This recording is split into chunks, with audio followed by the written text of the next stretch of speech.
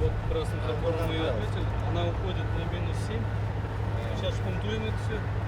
Ставим чистый дренаж, который будет воду сейчас собирать. После этого полностью выгребаем отсюда грунт.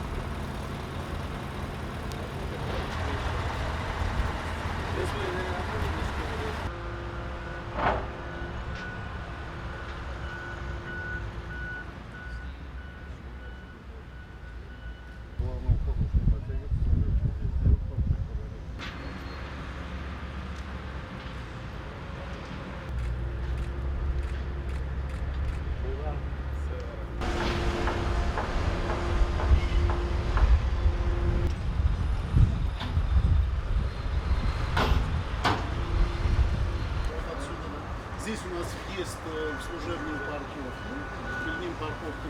Да, вот здесь вот есть парковка одна, вторая. Вот так у нас вход прямо с уровня земли, сразу в зал или в гардероб спуститься.